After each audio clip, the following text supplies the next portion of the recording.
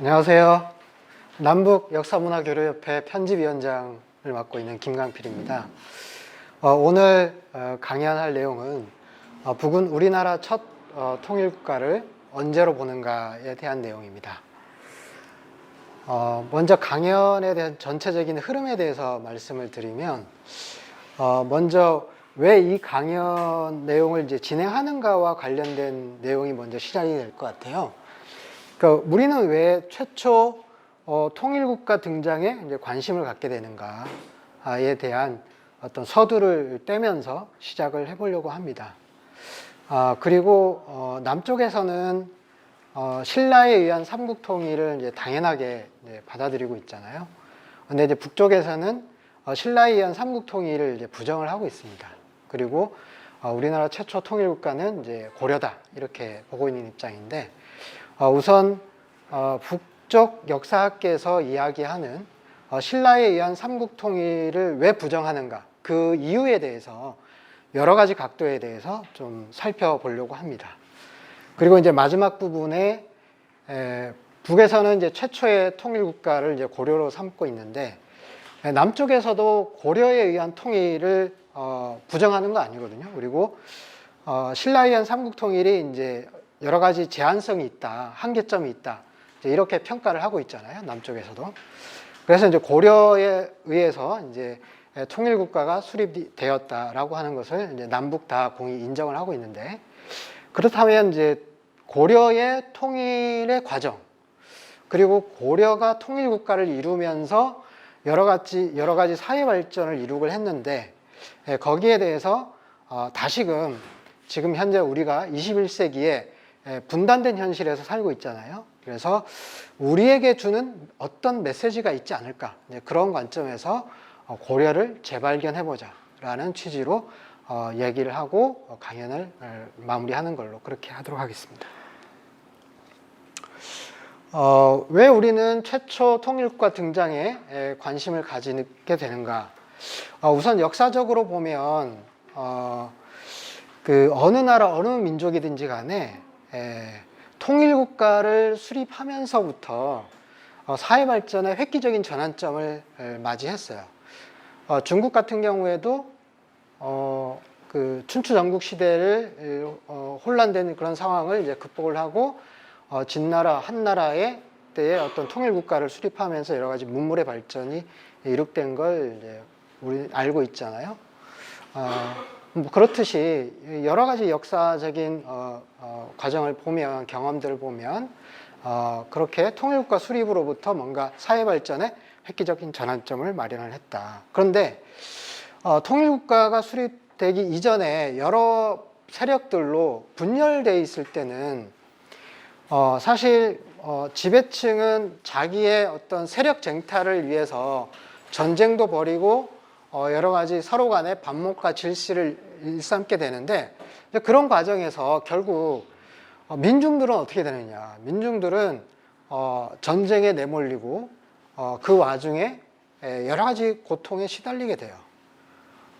그리고 그렇게 서로 세력 간의 쟁탈전을 벌이면서 어떤 국가적인 역량, 어떤 민족적인 역량이 괜히 이제 싸움에 소모되는 거죠. 역량의 소모가 일어나고, 또 외세에 의해서 뭐 간섭이나 어느 한 특정 세력을 지원하거나 이렇게 하면서 어떤 거기에 대한 어떤 내정에 개입되는 그런 과정에 노출되게 됩니다. 이제 그러면서 자연스럽게 민중들 속에서 통일을 지향하는 그런 흐름들이 나타나는 거죠.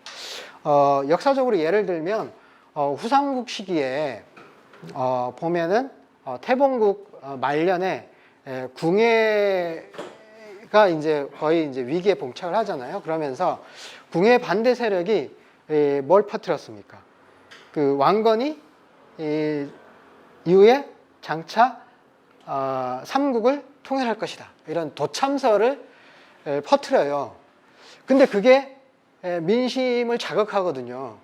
그거 뭐냐, 민심의 저변에는 그렇게 그 쟁탈전을 벌이는 가운데에서 안 된다, 이렇게 해나가는 우리가 고통 속에서 계속 살 수밖에 없구나 하면서 자연스럽게 통일을 지향하게 된다는 거죠.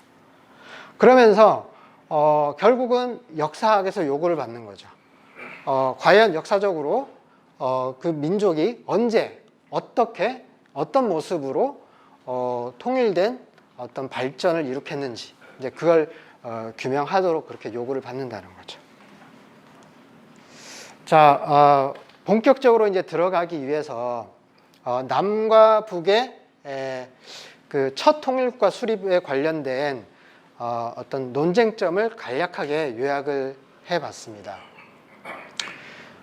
잘 아시겠지만 남쪽에서는 첫 통일국가를 이제 신라로 보고 있는 거죠. 통일신라. 북쪽에서는 고려로 보고 있습니다. 그리고 이 첫 통일국가에 대한 쟁점에서 가장 그 핵심이 되는 것 중에 하나가 발해의 존재입니다. 발해라는 국가를 어떻게 보느냐, 역사적으로 어떻게 평가하느냐 하는 부분이 쟁점으로 되어 있습니다. 남쪽 역사학계나 북쪽 역사학계 모두 공이 발해를 고구려의 개성구로 보고 있어요. 그건 동일해요. 동일한데 남쪽 역사학계에서는 발해의 주민 구성에서 지배층은 이제 그 대조영을 중심으로 한 고구려 유민들이 였지만 피지배계층, 일반 대다수 주민 구성에 있어서는 고구려 유민과 그리고 말갈인들이 섞여 있었다. 그리고 그래서 발해는 다민족 국가였다. 이제 이런 입장인 거죠.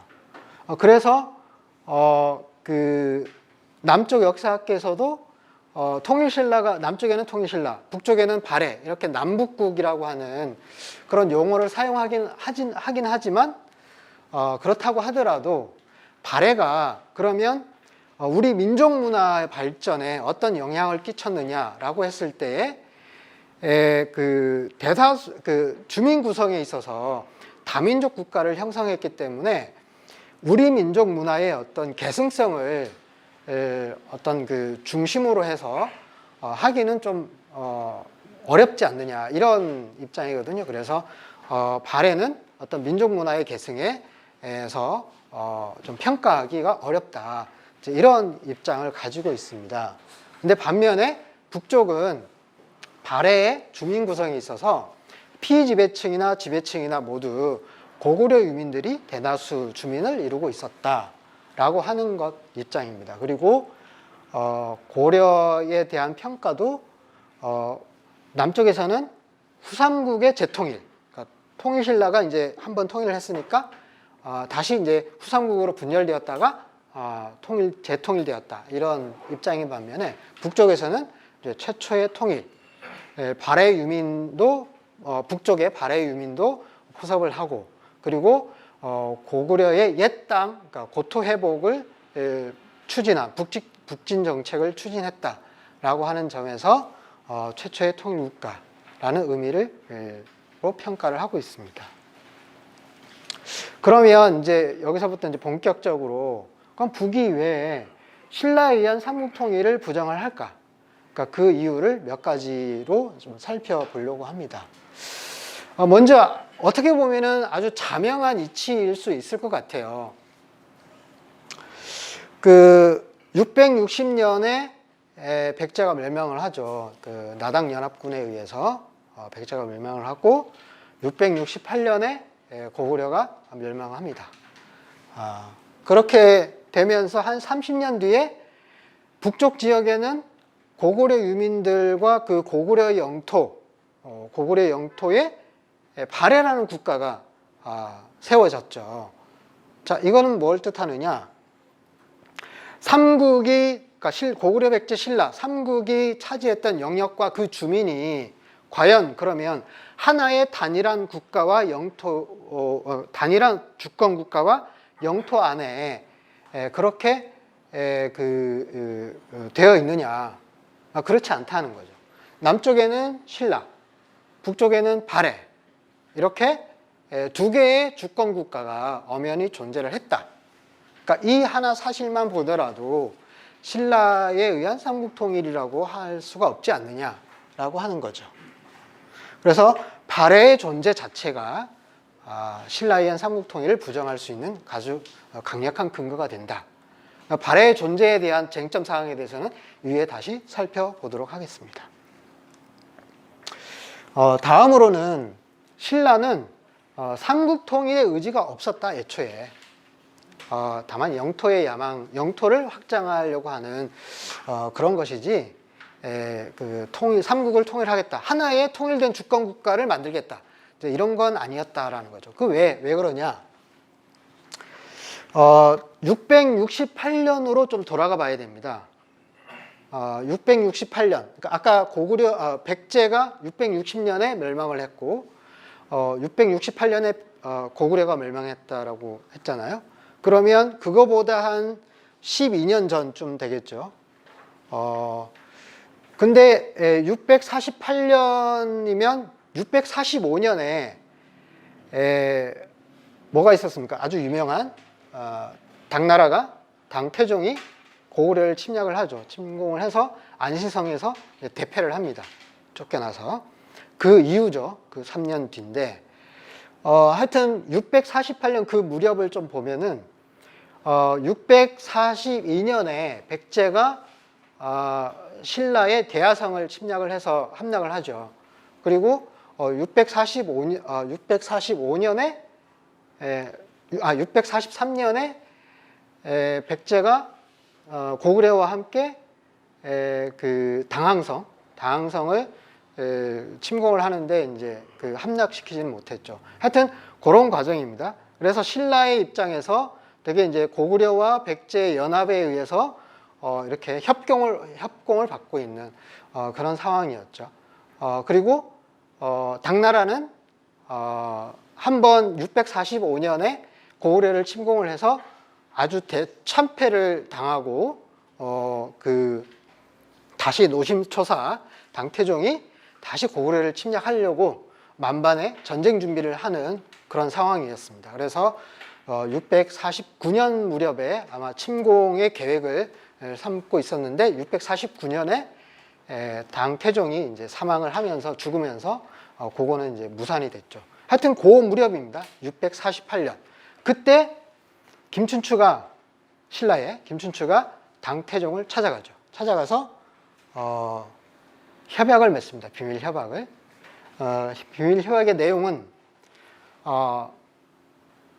전쟁을 일으켜서, 나당연합군에 의해서 전쟁을 일으켜서 백제를 멸망시키고 고구려를 멸망시킨 다음에 이제 그러면 그 영토와 주민을 어떻게 할 거냐, 어떻게 이제 나눠 먹을 거냐라고 했을 때 그때 평양 이남 백제 토지를 모두 너희 신라에게 주어라고 이제 당태종이 김춘추에게 그렇게 약속을 하는 거죠. 자, 이거는 뭐냐? 이거를 이제 신라 김춘추가 이제 받아들이는 거잖아요. 그러니까 신라의 입장에서는 뭐 고구려 백제 다 이제 자기네의 영토, 그러니까 하나의 주권 내에 하겠다 이런 의지가 아니라 그냥 평양 이남의 백제 토지 정도만 그냥 우리의 땅으로 자기네 신라의 주권의 통치 영역으로 삼으면 그걸로 족하다, 이런 입장이었다는 거죠. 그래서 통일의 의지, 삼국통일의 의지, 즉 고구려 백제 신라의 전체 주민과 그 영토를 하나의 주권 국가로 통치 영역으로 하겠다, 이런 입장이 아니었다라고 하는 거죠. 다음으로는 그 다음에 이제 백제와 고구려가 이제 차례로 이제 멸망이 되면서 당나라가 어떻게 했습니까? 이제 백제의 수도에는 웅진도독부라고 하는 이제 군정기구를, 통치기구를 이제 수립을 하죠, 설치를 하죠.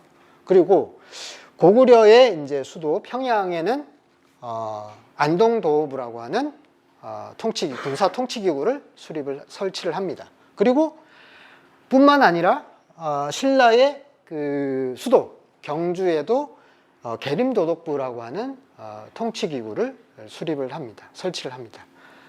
이제 이것은 무엇을 뜻하느냐? 당나라가 이 기회에 뭐 신라까지도 자기네들이 먹어서 우리나라 전체를 다 먹겠다, 이제 이 야욕을 이제 노골적으로 드러낸 거잖아요.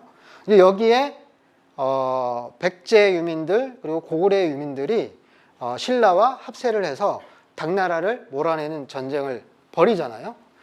이제 그렇다면 신라 지배층 입장에서 만약에 삼국 통일의 의지가 있었다면 이 기회에 당나라를 백제 영토뿐만 아니라 고구려 영토에서까지도 몰아내어서 전체 삼국 주민들과 영토를 포괄할 수 있는 기회였잖아요. 근데 그렇게 하지 않았다는 거죠. 그냥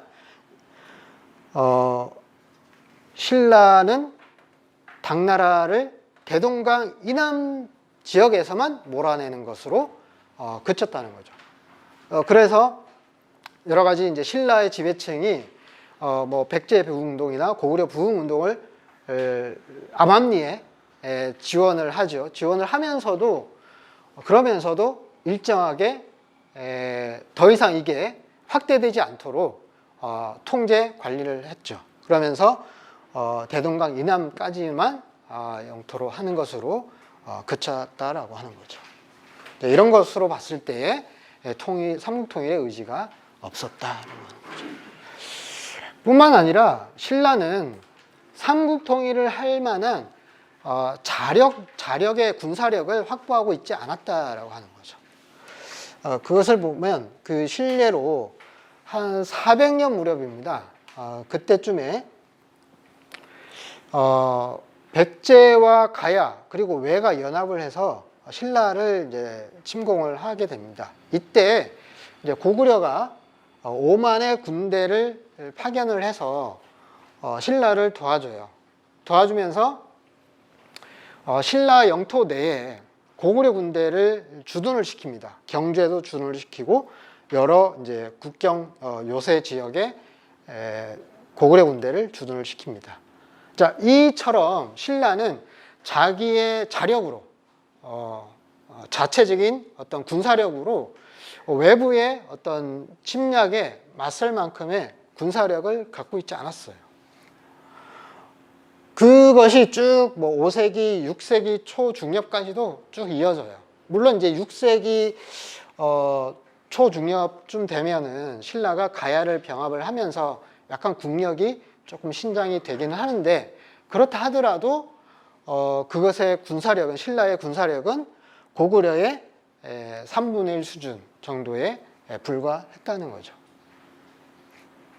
이런 것으로 봤을 때 신라는 자력으로 뭔가 삼국, 뭐 백제, 고구려를 포괄하는 어떤 그 군사적인 힘을 갖고 있지 않았다라고 하는 거죠.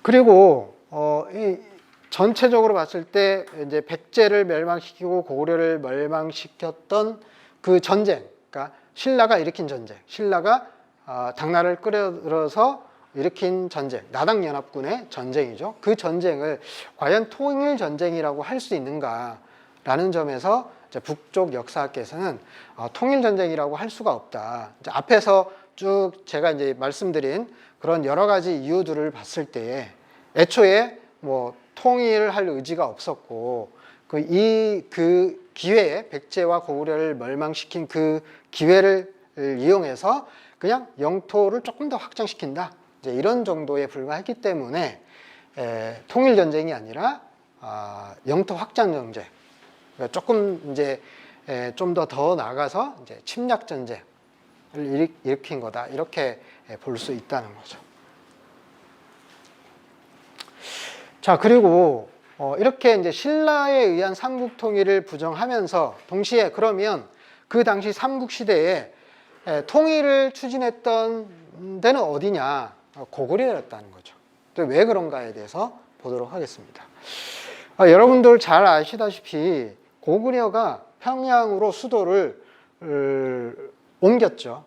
남진 정책을 하면서 장수왕 427년에 평양으로 수도를 옮겼는데, 이 평양으로 수도를 옮긴 것의 의미를 조금 더 따져볼 필요가 있습니다. 그건 왜 그러냐? 당시 삼국시대에 그 평양이라고 하는 것이 그 삼국시대 사람들에게 어떤 의미였을까? 그 의미는 바로 역사 기록에도 나와 있습니다.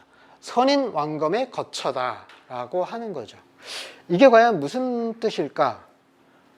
액면 그대로 일단 보면은 선인 왕검은 당군이죠. 그리고 거처는 당군이 살던 곳을 의미하는데 그거는 고조선의 수도를 의미하는 거죠. 그럼 이거는 뭘 뜻하느냐? 자기 조상의 발상지라고 하는 거죠. 당시 삼국 사람들, 그러니까 고구려, 백제, 신라 사람들은 당군을 자기의 조상으로 여기고 있었어요. 그러니까 비견하는 예로 신라의 솔거가 당군의 초상을 그려서 막 그 민간에 이제 유포했다. 뭐 이런 이야기도 있잖아요. 그것처럼 당군을 숭배하는, 그리고 당군을 자기의 조상으로, 먼 조상으로, 뿌리로 인식하는 그런 게 있었다라고 하는 거죠. 그래서 평양천도의 의미는 결국 당군을 뿌리로 하는 같은 결의 어떤 통일국가를 이루겠다. 그러니까 즉 고구려, 백제, 신라 주민들에게 어떤 통합을 염원하는 그런 메시지가 되지 않았을까라고 하는 것이 된다는 거죠. 이것을 역사 기록에서 한번 살펴보면 이런 겁니다. 평양천도가 정식으로 평양천도가 이루어진 것은 427년이에요. 그런데 그 전에 평양으로 수도를 임시 옮기는 경우가 있었습니다. 그게 247년과 343년입니다. 물론 이때의 그 평양으로 수도를 옮긴 거는 그 이유는 조금 다릅니다. 427년에 수도를 옮긴 경우와 조금 그 이유는 다른데요. 247년과 343년에 평양으로 수도를 옮긴 거는 전쟁 때문에 이제 옮겼습니다. 그런데 그 247년과 343년에 평양으로 수도를 옮긴 것에 대한 내용이 삼국사기에 기록이 남아 있어요. 그 기록이 삼국사기 고구려본기 동천한 21년에 고구려가 평양성으로 수도를 임시로 옮겼다라고 기록되어 있습니다. 그런 다음에 그 기록 다음에, 그 문장 다음에 나오는 문장이 평양은 본래 선인 왕검의 거처다. 앞에서 말씀드린 그 내용이 나온다는 거죠. 자, 이 내용이 어떻게 이 문장을 위치 지을 수 있을까라고 했을 때 이걸 한번 생각해 볼 수 있을 것 같아요. 만약에 지금 우리가 수도를 서울에서 대전으로 옮겼다라고 해봅시다. 그러면서 만약 그게 뭐 기사에, 신문에, 언론에 기사화됐을 때 제목에 수도를 옮겼다라고 하면서 그 다음에 대전은 이런 곳이다 라는 게 아주 대전을 대표할 만한, 상징할 만한 그런 문장이 나오겠죠. 이제 그런 것처럼 이렇게 평양은 본래 선인 왕검의 거처다 라고 하는 것이 그 다음 문장으로 나올 만큼 평양이라고 하는 것은 이미지가 딱 당군의 거처, 즉 고조선의 수도, 우리 조상의 발상지, 이런 의식이, 이미지가 있었다라고 하는 거죠. 그래서 이것이 결국 고구려가 삼국을 통합하겠다라고 하는 메시지로 다가왔을 것이다. 그리고 평양으로 천도한 것은 그뿐만이 아니라 신라와 백제의 고구려의 문물이 전파되는 하나의 계기가 되기도 합니다. 정작 삼국통일을 추진했던 것은 고구려다라고 하는 것의 또 하나의 내용은 뭐냐면은 고구려의 정치, 경제, 문화가 백제와 신라에 전파가 되어서 우리 민족의 공통성, 단일성이 강화되는 그런 계기가 되었다라고 하는 거죠. 그것이 고구려가 수도를 평양으로 옮기면서 그것이 더 촉진되었습니다. 그 내용에 대해서 보도록 하겠습니다. 먼저 정치적인 면에서 고구려가 여러 가지 정치 제도를 먼저 수립을 하면 그것이 백제와 신라에 전파되어서 수용을 했어요. 그 중에 하나가 여러 가지 많은 사례들이 있는데 그 중에 하나가 독자 연호 사용입니다. 고구려가 372년에 독자 연호를 사용하기 시작하는데 거기에 따라서 그 영향 하에서 백제는 5세기 초에 그리고 신라는 6세기 초에 독자 연호를 사용하기 시작합니다. 어떤 정치 제도의 그런 것들을 받아들이는 거죠. 고구려의 것들을 따서 받아들이는 거죠. 그리고 정치 군사가 이제 같이 가잖아요. 그러니까 군사적인 여러 가지 그 제도나 어떤 군사력, 군사적인 어떤 기술 뭐 이런 것들도 고구려의 영향을 많이 받습니다. 그 중에 대표적인 것 하나가 고구려는 산성의 나라라고 할 만큼 산성이 아주 많거든요.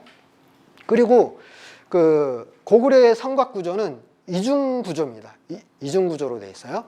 평지성과 산성 구조로 되어 있습니다. 그래서 평시에는 평지성에서 이렇게 있다가 일단 유사시에 뭐 적이 침략해 들어오거나 뭔가 이제 국난이 이제 발생했을 때 그 들판을 다 비우고 들판을 다 비우고 성 안으로 들어와서 성에서 그 방어를 하다가 기회를 엿봐서 이제 그 공격에 나서는 그런 어떤 방위 체계를 가지고 있습니다. 그래서 항상 산성이 있는데 그 산성이 고구려의 산성은 고로봉식 산성으로 되어 있습니다. 고로봉식 산성이라고 하는 거는 산에 산 꼴짜기를 끼워서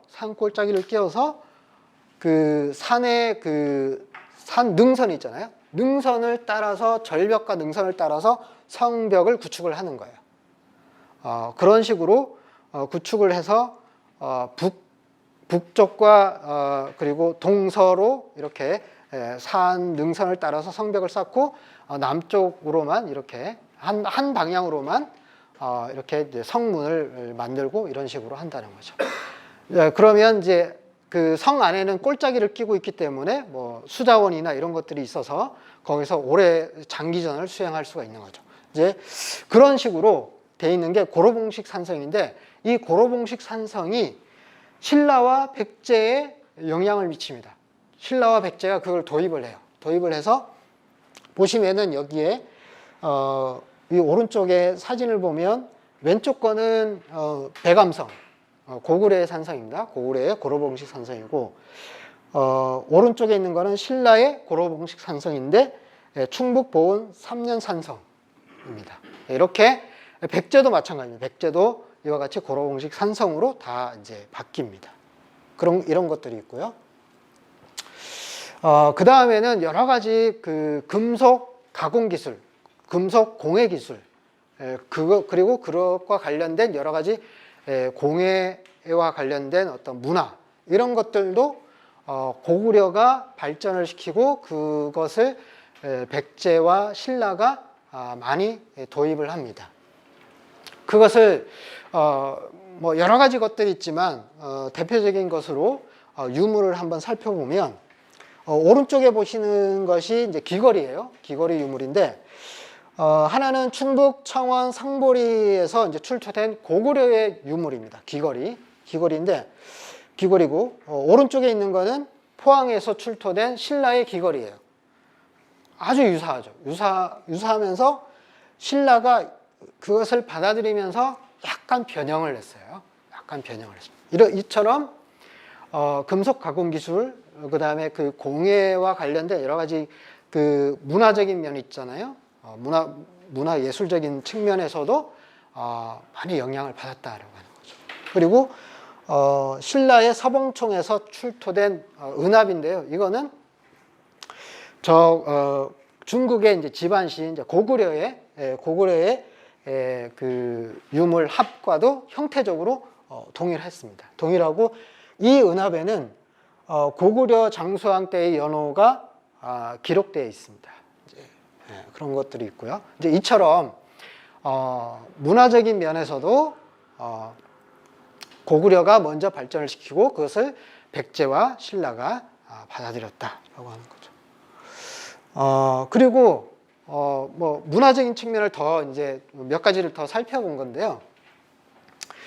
지금 우리가 현재 한국적인 것 그리고 조선적인 것에 거의 많은 것들을 고려 시기에 고려가 발전을 시키고 했다는 거죠. 고려를 원료로 삼고 있습니다. 가장 대표적인 게 온돌입니다. 우리 고유의 난방 시설이죠. 신발 벗고 실내에서 바닥에서 앉아서 생활하고 거기서 바닥에서 눕고 이렇게 생활하는 거. 그러기 위해서는 바닥을 따뜻하게 온돌 난방식으로 해서 되어 있는 구조.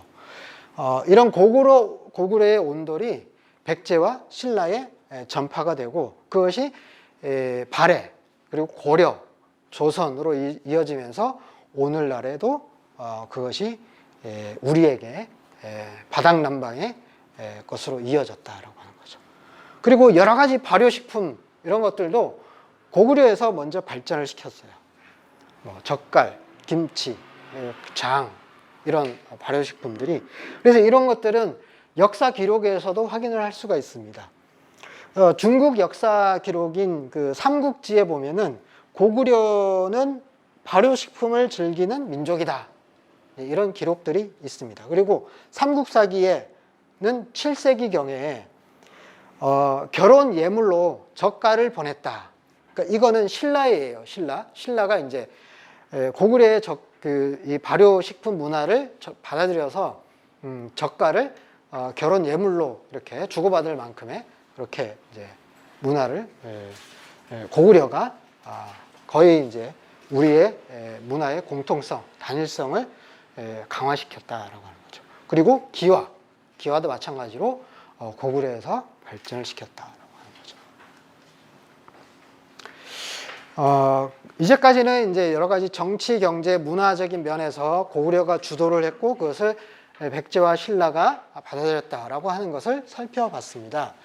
자, 지금 이 내용은 뭐냐면은 그러면 영토적으로 정치 군사적으로 그러면 어떻게 고구려가 삼국 통일을 추진을 했던가 하는 것을 대표적인 사례 두 가지를 좀 꼽아봤습니다. 하나는 광개토 왕릉비에 나와 있는 그런 사례고요. 다른 하나는 지금 충주에 있는 중원고구려비에 새겨져 있는 그런 내용입니다. 광개토 왕릉비에 이제 새겨진 내용을 보자면 395년에 고구려가 백제 수도 한성, 그러니까 서울이죠. 지금의 서울 중심부는 아닙니다. 어쨌든 그렇지만 이제 서울이죠. 그 한성을 공격을 하는데요. 이때 백제의 아신왕이 고구려에 항복을 해요. 항복을 해서 고구려 왕에게 내가 영원히 당신의 노객이 되겠소 라고 하는 거죠. 여기서 노객이라 신하가 되겠소 라고 하는 거예요. 그건 뭘 뜻하느냐? 백제가 고구려의 영원한 신하의 나라가 되겠다라고 하는 거죠. 군신 관계를 맺겠다라고 하는 겁니다. 즉 백제가 고구려의 속국, 제후국 내지는 속국이 되겠다라고 한 거예요. 그리고 중원고구려비에는 신라에 대한 내용인데요. 5세기 중엽에 신라가 백제와 연합을 해서 고구려에 맞섰는데 이때 이제 고구려가 이제 그 침공을 하죠. 침략을 해서 충북까지 이제 진출을 합니다. 그래서 신라의 여러 성들을 함락을 시켜요. 이제 그런 다음에 고구려는 신라에 대해서 여러 가지 이제 포섭 정책을 펴니다.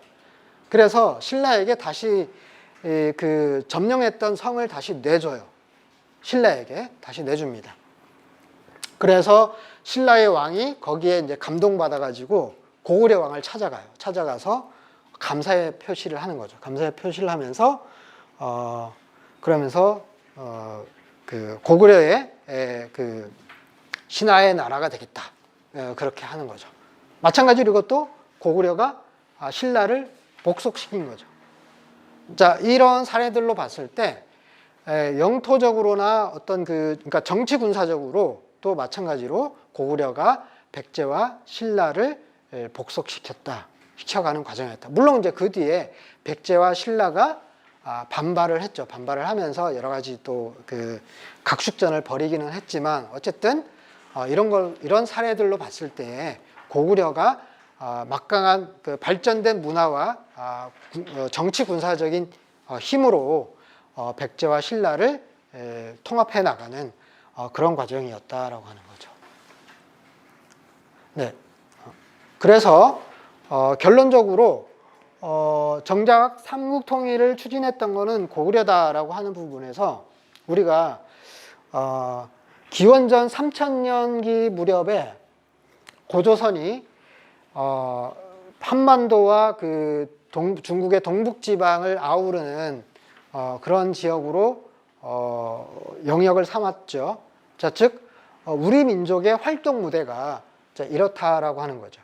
이 활동 무대가 고조선이 쇠퇴하고 그 멸망하면서 여러 작은 나라들로 지역의 여러 작은 나라들로 쪼개졌다가 결국 그 고구려 백제 신라 삼국으로 이렇게 진행이 됐죠. 그러면서 고구려가 그렇게 삼국을 이렇게 통합해 나가는 그런 과정에서 영토적으로 보면 거의 우리 민족이 분포되어 있는 살고 있었던 영토의 거의 90%를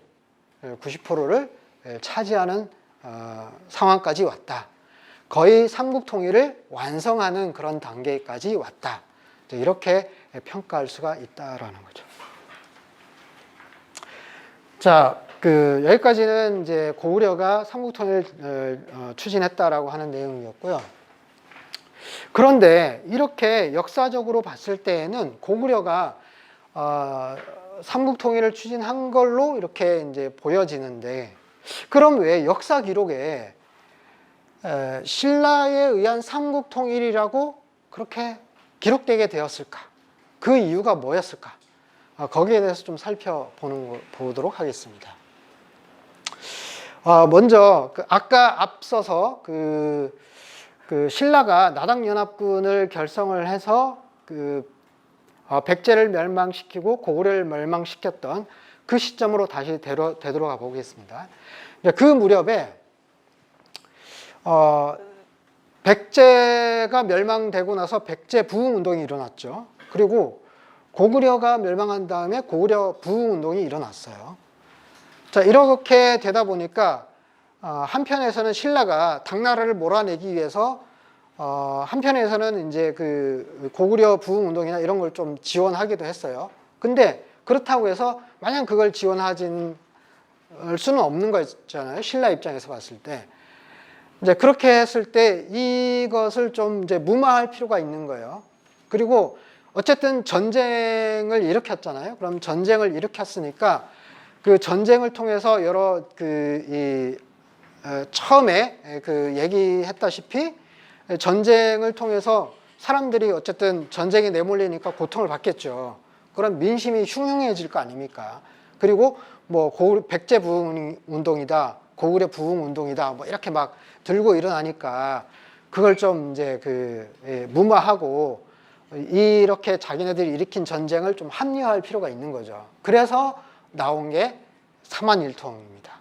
그러니까 삼한일통이라고 하는 표현이 전쟁 이전에, 그러니까 660년 전쟁 이전에는 없던 표현이에요. 근데 그것이 여러 통일신라죠. 그러니까 우리 남측의 표현대로 하면 통일신라의 무렵에 그 삼한일통이라고 하는 게 여러 이제 금성문이나 이런 데에 기록으로 나오게 됩니다. 그렇게 나오게 되는 게 그렇게 좀 이제 무마할 필요가 있는, 그러니까 민심을 좀 무마하고 안정시킬 필요가 있어서 자기네들이 일으킨 전쟁을 좀 합리화할 필요가 있어서 그렇게 제기를 했습니다. 그러니까 자기네들이 이거는 삼국통일을 한 거다, 이제 이렇게 한 거죠.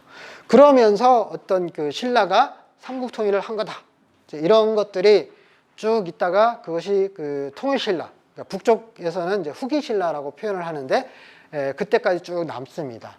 남다가 근데 그것이 아주 영향력이 크지는 않았어요. 그걸 어떻게 알 수 있느냐? 고려가 성립을 하잖아요. 고려가 성립을 하고 나서 고려가 뭐라고 했습니까? 자기네는 고구려를 계승한 국가다라고 했어요. 근데 여러분 한번 생각을 해보세요. 고려가 후삼국을 이렇게 이렇게 통합을 하면서 통일을 했다라고 하면 신라 다음에, 그러니까 만약에 신라에 의한 삼국 통일을 인정한다면 그 통일된 신라 다음에 선 나라, 그러면 자연스럽게 신라를 계승했다 이렇게 나와야 상식적이고 맞는 거 아닙니까? 그런데 고려는 그렇지 않았어요. 우리는 고구려를 계승했다 라고 나온 거죠. 근데 그렇게 봤을 때 이렇게 신라의 지배층이 유포했던 그 신라가 삼국 통일을 했다, 요 논리가 자기네들이 유포하긴 했지만 그렇게 잘 먹히지는 않았던 것 같아요. 그런데 이것이 어떤 계기를 통해서 하나의 그 기록으로, 그러니까 공식적인 기록, 그러니까 국가적인 기록으로 남기 시작합니다. 그게 어느 때냐? 바로 삼국사기를 편찬한 무렵이었다라고 하는 거죠. 그러니까 12세기 전반기. 삼국사기가 1145년에 편찬이 되거든요. 김부식에 의해서. 국가 정책에 의해서 편찬이 되는 겁니다. 그러니까 국사책으로, 국가의 공식적인 역사 기록으로 편찬이 되는 겁니다.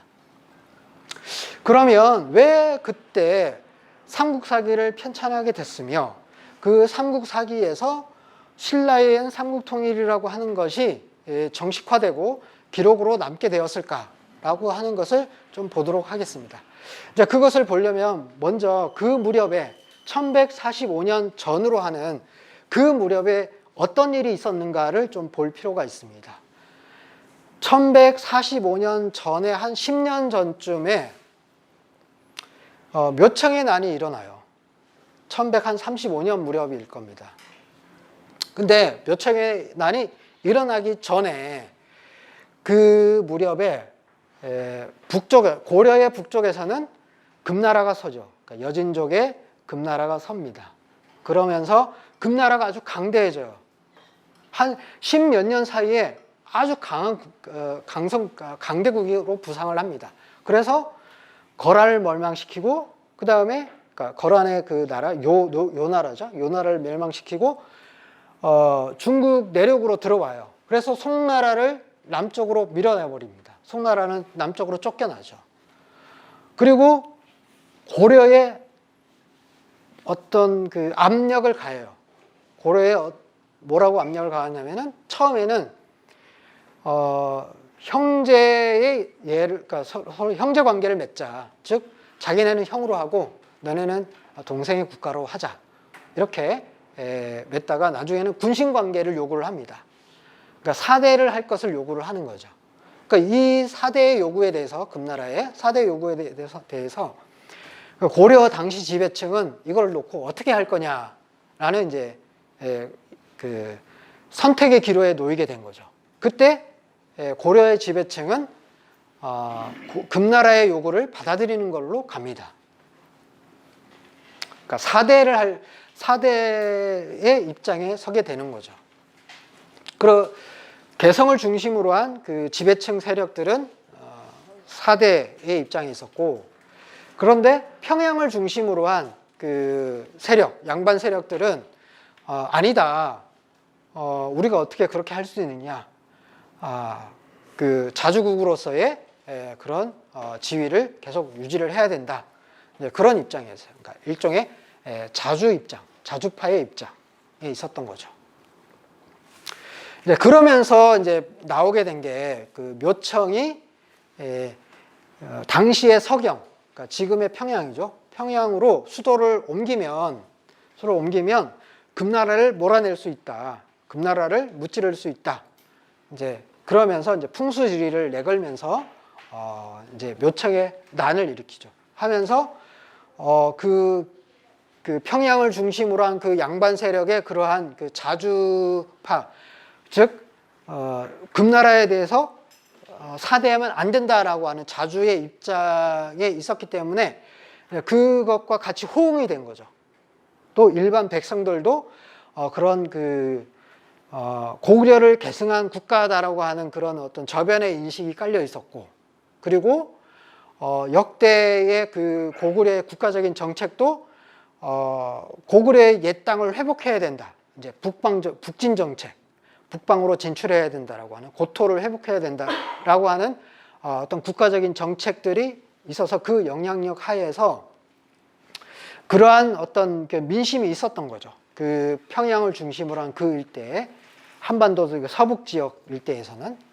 그래서 거기에 묘청의 난에 호응을 합니다. 그래서 이제 대위국을 선포하기까지 이르렀어요.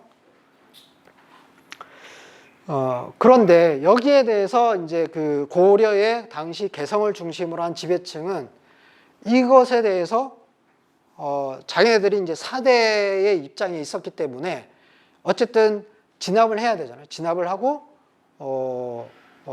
그리고 사대의 입장을 이제 관철을 시켜야 되는 거죠. 그래서 진압을 합니다. 묘청의 난을. 그 진압의 토벌 대장으로 나선 게 김부식이죠. 김부식이 진압을 합니다. 그리고 이제 진압을 하죠. 진압을 하고 나서 돌아와서 김부식이 생각을 합니다. 그러니까 당시 지배층이 생각을 하는 게, 이대로는 안 되겠다. 또다시 묘청의 난과 같은 그런 것이 일어나지 말라는 보장이 어디 있겠느냐. 그래서 사람들의 인식, 사람들의 정신세계를 우리가 사대하는 것에 대해서 좀 합리화를 할 필요가 있는 거죠. 그래서 그때까지 고려는 이제 북진 정책을 추진을 했어요. 고구려의 고토를 회복해야 된다. 근데 그래서는 안 되잖아요. 그 당시 이제 지배층의 입장에서 봤을 때.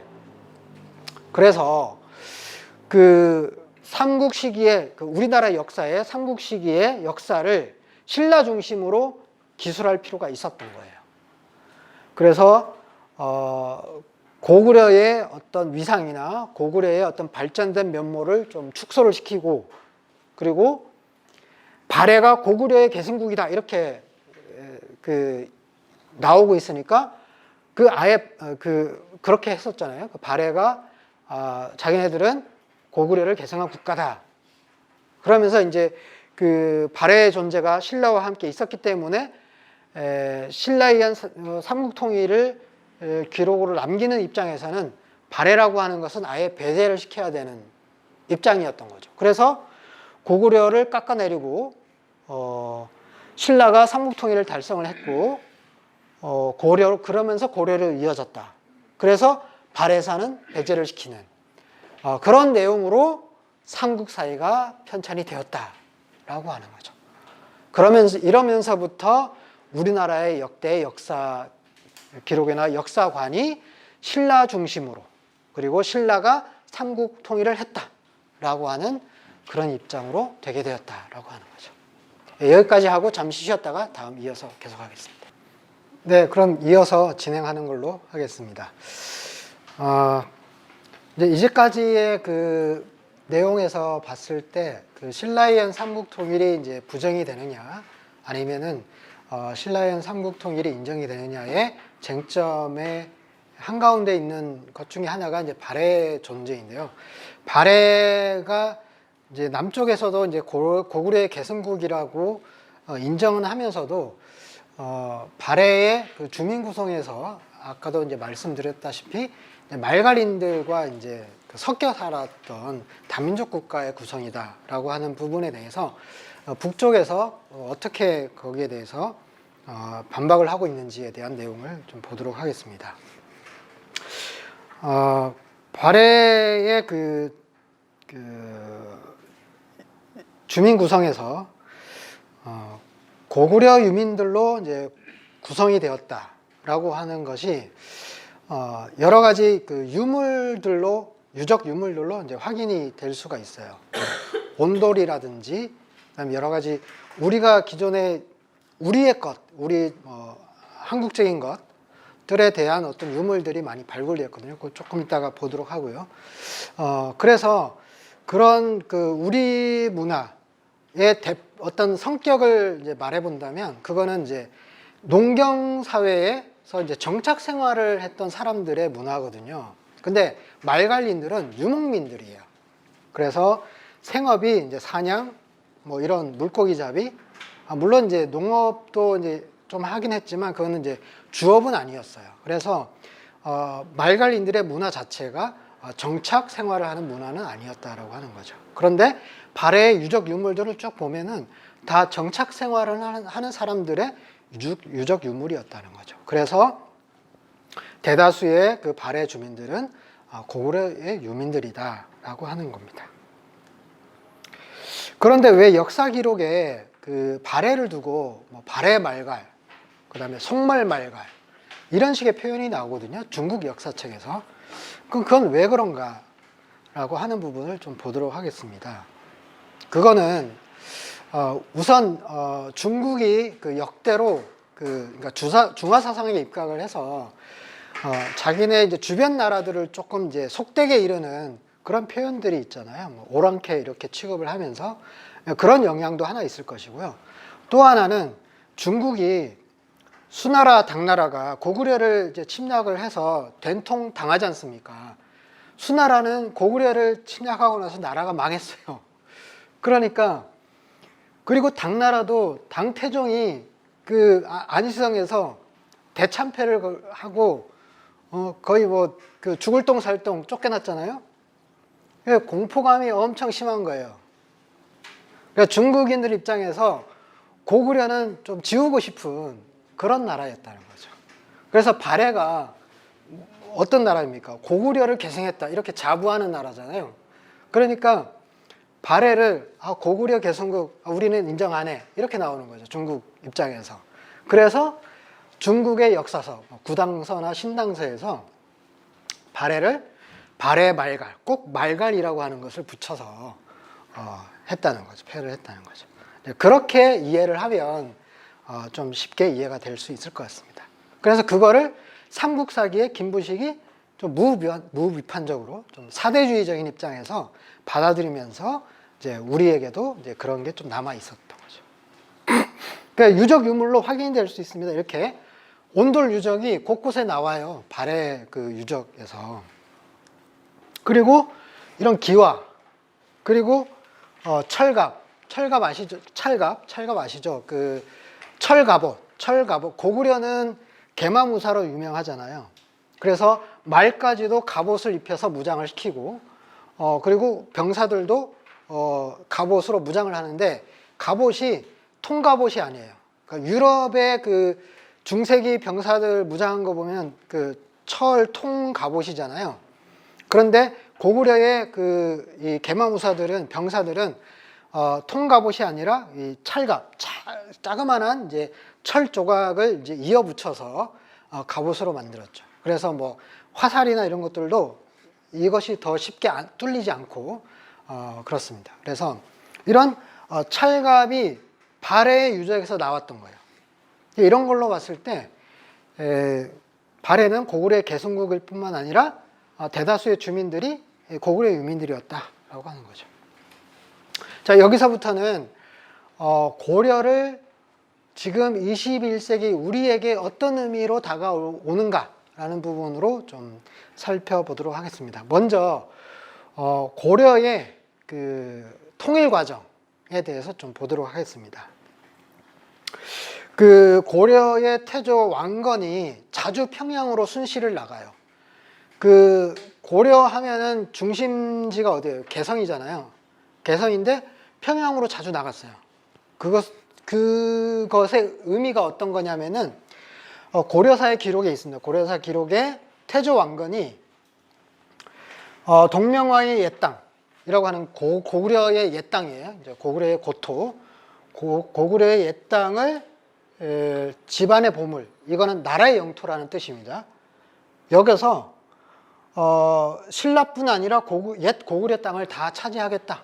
그러니까 고구려의 그 광활한 영토 있잖아요. 그 중국의 동북 지방의 그 광활한 영토를 다 회복하겠다. 그런 의지를 가지고 있었다는 거죠. 그래서 그런 의지들을 끊임없이 고려에서 국가적인 정책으로 추진을 합니다. 이런 게 있었다는 거죠.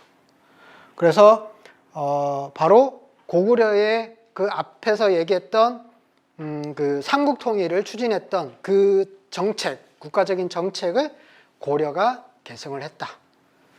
그런 과정으로 고려는 통일을 이뤘다. 이런 거죠.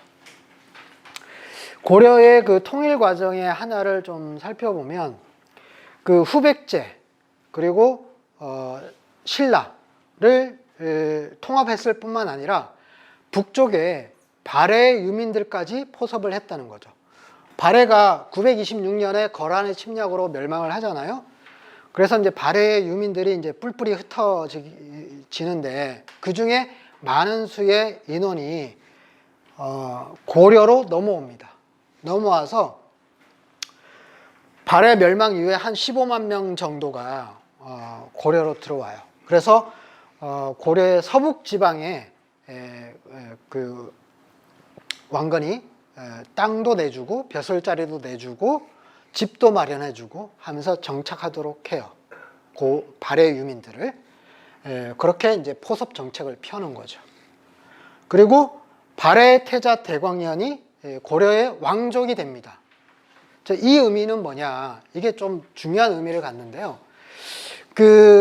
지금은 우리가 주권이 국민에게 있잖아요. 공화국 그리고 민국이잖아요. 근데 당시에는 주권이 누구에게 있을까요? 왕에게 있었잖아요. 주권자는 왕이었습니다. 그래서 태자라고 하는 위치는 바로 다음에 주권자가 되는 거예요. 그 발해의 태자가 고려의 왕족이 되었다는 것은 발해의 정통성이 고려로 이어졌다라고 하는 거죠. 그래서 고려의 통일 과정에 대해서 그러니까 후삼국을 통일했다 이 차원에 머무르는 게 아니라 고구려의 유민들로 구성되었던 그 발해 그리고 고구려의 옛 땅을 지배했던 발해를 고려가 그것까지도 통합을 했다 이런 의미를 갖는다는 거죠. 그리고 고려의 통일의 과정에서 또 눈여겨볼 지점 중에 하나는 통합 과정이 동족의 나라를 통합하는 그런 과정으로서 적을 최소화하는 방식으로 이루어졌다는 거죠. 그러니까 주동은 치고 피동은 포섭하는. 그래서 끝까지 저항하는 그 백제의 그 신검, 견훤이 이제 투항을 했지만 백제의 신검이 쿠데타를 일으키면서 계속 이제 저항을 하잖아요, 고려에. 네, 그것에 대해서는 끝까지 이제 진압을 해서 복속을 시키는데 신라 같은 경우는 자진해서 신라의 경순왕이 나라를 바치죠, 고려에. 그렇게 신라에 대해서는 포섭 정책을 그리고 끝까지 저항하는 백제의 신검에 대해서는 진압해서 제압을 해서 통합을 이루는 그런 과정이었다 이렇게 볼 수 있습니다. 그러니까 여기서부터는 자 그렇게 고려가 통일국가를 이뤘어요. 그러니까 민족의 역량이 하나로 모아졌다는 거죠. 그러면 민족의 역량이 하나로 모아졌을 때 어떤 문화를 꽃피울 수 있는가, 어떤 모습의 국가를 보이는가에 대해서 보도록 하겠습니다. 우선 민족의 통일된 역량으로 군사력을 강화시켜서 나라의 자주권을 수호할 수가 있었어요. 고려가 역대 우리나라 여러 역사 과정에서 외래 침입을 많이 받은 나라였어요. 거란, 그리고 여진, 그리고 몽골, 그리고 홍건적, 왜구, 그렇죠? 예. 그렇게 많은 외적의 침입에도 불구하고 나라의 자주권, 국가의 자주권을 한 번도 빼앗긴 적이 없었어요. 그만큼 어떤 민족의 단결된 역량으로 나라의 자주권을 지켜냈다는 거죠. 그 몇 가지 사례들만 좀 보도록 하겠습니다. 993년에서 1019년까지 거란이 이제 여러 차례 침략을 해오잖아요. 거기에 대해서 성과적으로 물리쳐냈죠. 그 부분에 대해서 이후에 다시 살펴보도록 하겠습니다. 그리고 원나라의 침략, 그러니까 몽골의 침략이 있었죠. 그러니까 몽골이 어떤 나라입니까? 몽골 원나라가 거의 그 중앙아시아부터 해서 유럽에 이르기까지 당시 거의 전 세계를 휩쓸어서 대제국을 형성했잖아요. 그런 원나라에도 주권을 빼앗기지를 않았어요. 원나라 황제가 이런 얘기를 합니다. 내가 봤을 때, 그러니까 황제가 내가 봤을 때 이 천하의 나라 중에서 자기의 백성과 사직을 온전히 자기 것으로 하면서 왕권을 지켜낸 보유한 나라를 영위한 나라가 사만뿐이다. 그런 이야기를 나라의 국서에 기록으로 남깁니다. 그래서 여기서 사만이라고 하는 건 고려를 얘기하는 거거든요. 그래서 당시 원나라의 침략에 정복전쟁에 다 이제 이 대상이 되었던 나라들은 다 주권을 빼앗기고 왕이 죽임을 당하고 다 그랬어요. 근데 고려만은 그렇지 않았다는 거죠. 자, 이거는 민족의 통일된 역량으로 끈질기게 거의 30년 동안 끈질기게 저항을 한 그런 결과로서 나온 것이죠. 자, 거란 전쟁에 대해서 거란과의 전쟁에 대해서 대표적인 거 하나만 좀 보도록 하겠습니다. 거란 전쟁에서 서희의 단판으로 강동 6주를 우리가 이제 차지했다. 외교적인 단판으로 어떤 외교적인 성과로 이렇게 인식되는 면이 있잖아요. 근데 이제 그것도 물론 중요하지만 그 이상의 의미를 담고 있어요. 그럼 뭐냐? 거란이 1차, 2차, 3차 이렇게 쳐들어오는데 거란과의 1차 전쟁과 2차 전쟁을 비교해 보면 알 수 있어요. 서희의 강동 6주를 따낸 그 단판이 어떤 의미를 갖고 있느냐? 1차 전쟁 때는 고려군과의 대치 전선이 어디서 형성되느냐 하면은 이 청강 바로 여기서 이제 전선이 형성이 돼요. 그런데 2차 전쟁 때는 청천강 더 앞쪽에 아주 앞쪽에 압록강을 건너자마자 있는 흥화진이라고 하는 성이 있습니다. 여기서 대치가 이루어지고 2차 전쟁 때 거란이 흥화진을 성을 공격을 했는데 함락을 못 시켰어요. 그래서 이 일대가 강동 6주거든요. 이 일대가. 그러니까 서희가 왜 이 강동 6주를 거란과의 단판에서 따냈을까? 그것은 서희가 거란이 그 다음에 다시 쳐들어오겠구나라고 하는 것을 예견했던 거예요. 서희는 장군이거든요. 그러니까 군사 전략가예요. 군사 전략가로서 앞을 내다본 거죠. 그래서 이 강동 6주 거란이 침략해 왔을 때 맞닥뜨리는 지점, 군사적인 요충지, 이 지점을 타고 앉아야 되겠다라고 했던 거죠. 그래서 서희가 단판으로 강동 6주를 따내자마자 강동 6주의 성들을 군사 요새화를 합니다. 자기가 직접 그것을 지휘를 해요. 지휘를 해서 성에 군사 장비도 들여오고 성의 주민들과 병사들을 배치를 해서 군사 훈련도 시키고 그렇게 해요. 무장을 시켜요.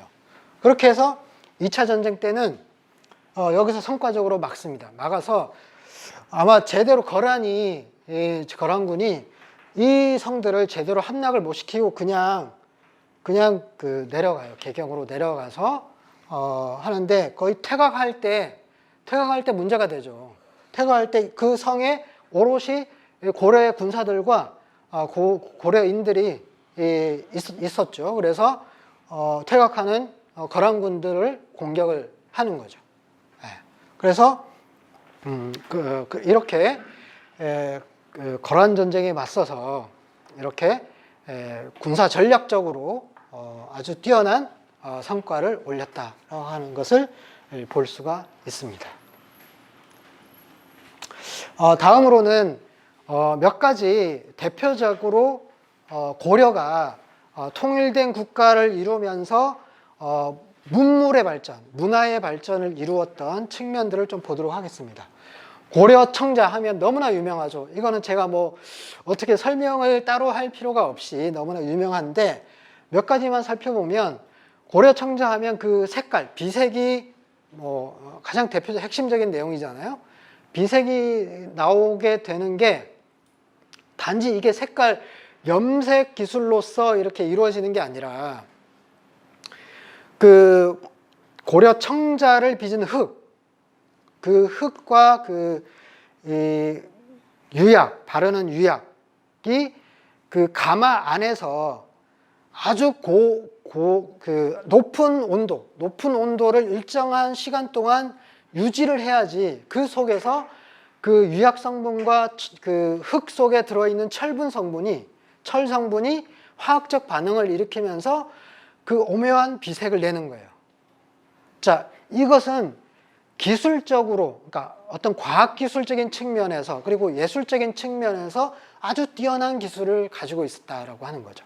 그리고 고려 청자가 무늬에서뿐만 아니라 그 모양에서도 아주 다양해요.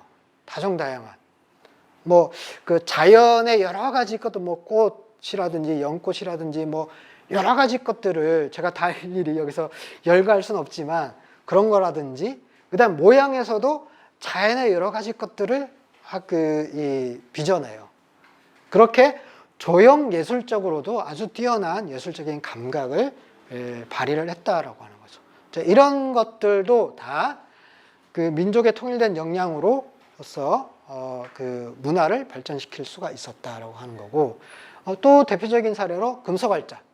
세계 최초의 금속활자라고 하는 그 금속활자를 발명을 했죠. 이거는 그 개성의 만월대에서 발굴된 금속활자들이에요. 우리가 이제까지 상식적으로 알고 있는 거는 금속활자 자체는 있는지 없는지 잘 모르겠지만 금속활자로 찍어낸 그 책, 직지심경이 뭐 현재 남아있다. 뭐 이렇게 알려져 있잖아요. 근데 금속활자도 실제로 발굴됐습니다. 그러니까 남쪽에도 한 몇 개, 2개 정도 있는 것 같고 북쪽에도 56년에 발굴된 게 있고 그 다음에 최근 들어서 2015년과 2016년에 개성 만월대에서 발굴된 금속활자들이 있어요. 2015년 전에 2000년대에 그 개성 만월대를 남북이 공동으로 발굴을 했습니다. 그런데 박근혜 정부 들어서서 그게 그 공동 발굴이 이제 더 이상 진행이 안 되게 됐죠. 그러면서 15년과 16년에 요 금속활자를 발굴한 거는 북쪽에서 단독으로 발굴을 했을 때에 이제 발굴된 것들입니다. 좀 아쉽죠. 네, 그런 내용입니다. 그래서 쭉 얘기를 했는데요. 여기서 최초의 금속활자를 우리가 발명했다.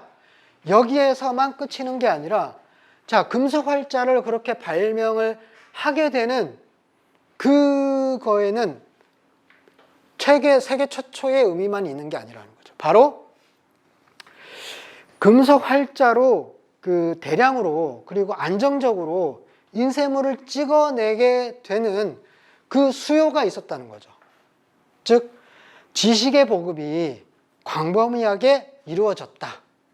그러니까 그런 요구가 있었다. 그런 요구가 있었기 때문에 국가 정책적으로 서적점이라고 하는 것을 기관을 설립을 해서 대량으로 인쇄물을 찍어내게 하는 그런 게 있었다는 거죠. 학문의 발전 그리고 지식의 보급 이런 것들이 아주 활발하게 이루어졌다라고 하는 거죠. 이게 다 통일국가, 그러니까 민족의 역량이 하나로 합쳐지면서 이루어졌다라고 하는 거죠. 고려성군관이라고 하는 것도 세계 최초의 대학입니다. 그래서 여기서 우리가 유명한 강감찬, 이규보 이런 유명한 인재들을 양성을 했죠.